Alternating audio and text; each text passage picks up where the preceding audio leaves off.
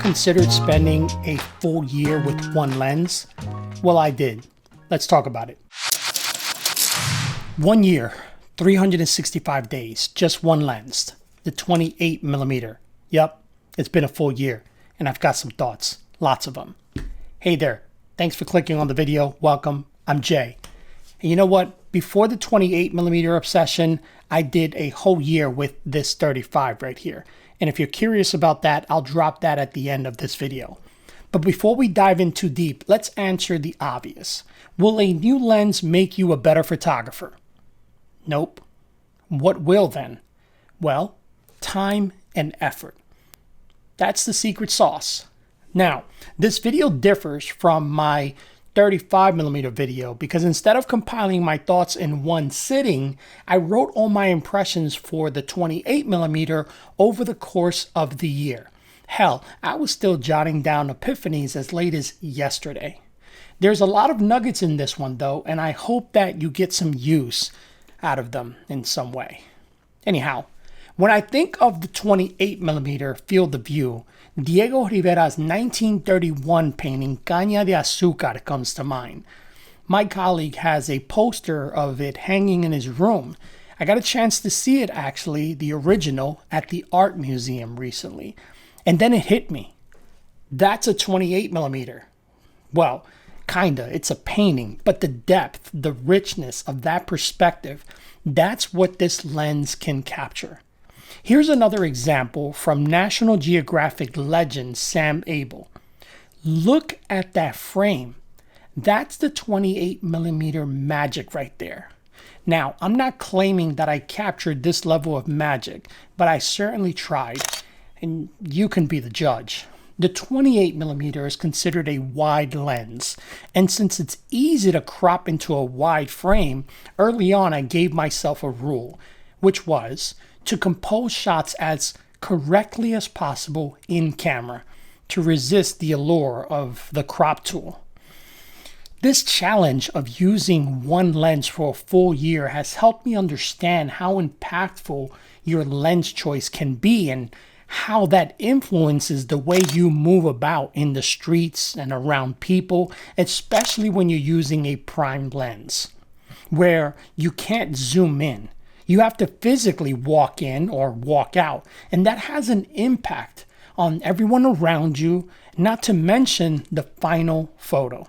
Additionally, this challenge has made me comfortable with less. The idea of working with what you have and not feeling FOMO. Phil Penman, he teaches for Leica, and in a recent clip during one of his photo walks, I heard him say that it's best to carry a variety of lenses for your photography, otherwise your work can come across as flat. And I disagree because look at what Cartier-Bresson was able to accomplish with one prime lens. Now, what I'm doing is different. This is a self-imposed intentional limitation in order to really discover a particular focal length while refining compositional skills. The 28mm size and weight has proven ideal for my photo walks and recent travels, so I'm really enjoying it. Before this, I had the Leica M 28mm, and now I have the Voigtlander. I had the Leica for about 30 days. I returned that and I got this. I plan to get the Leica later on. But this particular focal length has both shifted and broadened the way I approach a scene. I still enjoy the quick, spontaneous shots, but instead of zoning in on a subject, I start with the background. I'll admit that the 35mm was the first lens to force me to consider the background more deliberately. But the 28mm, it makes the background impossible to ignore. It may seem counterintuitive, but trust me, start with your background layer. Everything else will fall into place. The 28mm has solidified what Sam Abel calls back to front composition, and it's no surprise that Sam keeps a 28mm in his kit. Now, the 28mm will frustrate you if you're expecting it to perform like an 85. Understanding your gear's strengths is another reason to do this long case study. On empty streets, I contemplate negative space and how the light is hitting in a certain way to craft something interesting. While on busy scenes, I employ layering and stacking to achieve something that's pleasing to me. But again, this lens is no slouch. It's been invaluable in those spontaneous fleeting moments when instinct takes over and you press the shutter without hesitation. As I mentioned at the beginning, the 28mm creates a more engaging frame because it offers impact and it allows you to bring in so much into the frame. A quality that I previously found overwhelming or lacking a focal point. However, much like abstract paintings, appreciation for the less obvious grows with maturity. At my age, I now value what a 28mm has to offer. I can tell you that the 15-year-old me bumping 36 chambers would ignore a Glasgow frame, while the current me demands more from a photo that I create or one that gets my attention at a gallery or scrolling through social media. Now, I feel like the 28mm was made for street photography, and it's no wonder the Leica Q3 had a fixed 28mm on it for so long. But more on that later. Better than any other genre, street photography serves as the archive to our society. And what better focal length than the 28mm? Now, you have to be careful when working with a wider frame like the 28mm. I began to notice that my shots early on didn't reflect what I intended to capture. There was a calibration phase for me, if you will. A realization that wasn't immediately apparent, but due to its wide field of view, the 28mm requires effort to achieve what I'm calling an impactful frame.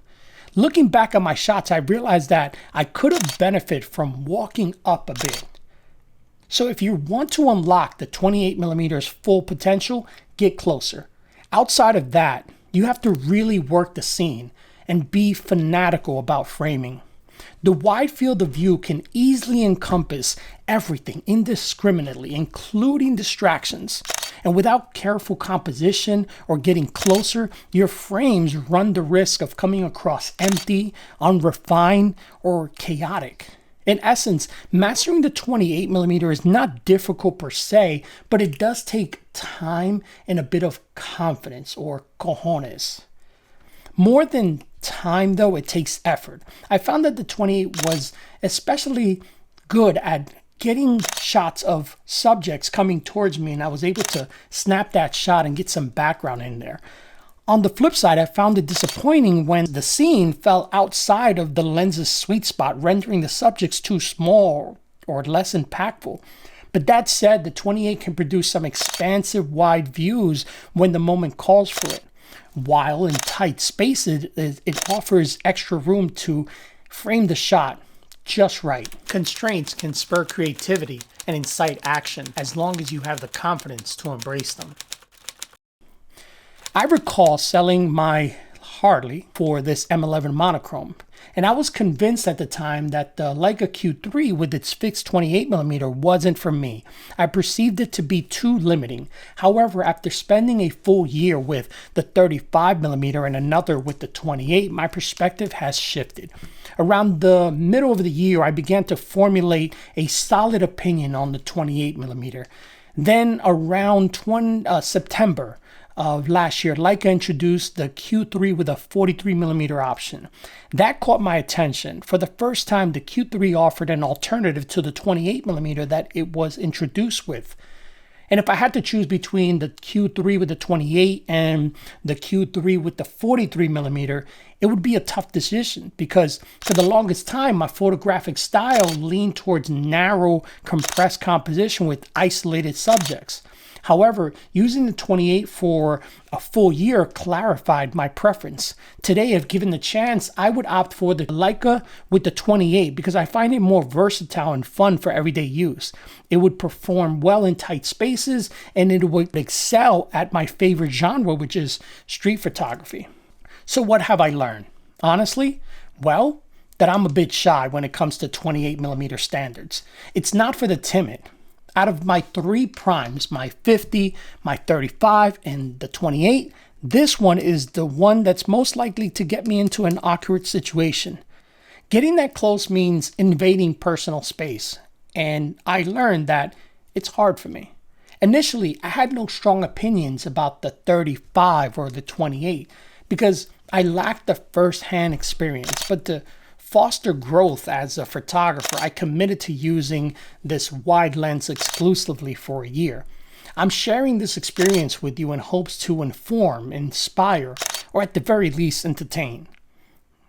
Anyhow, I learned that I need to get closer.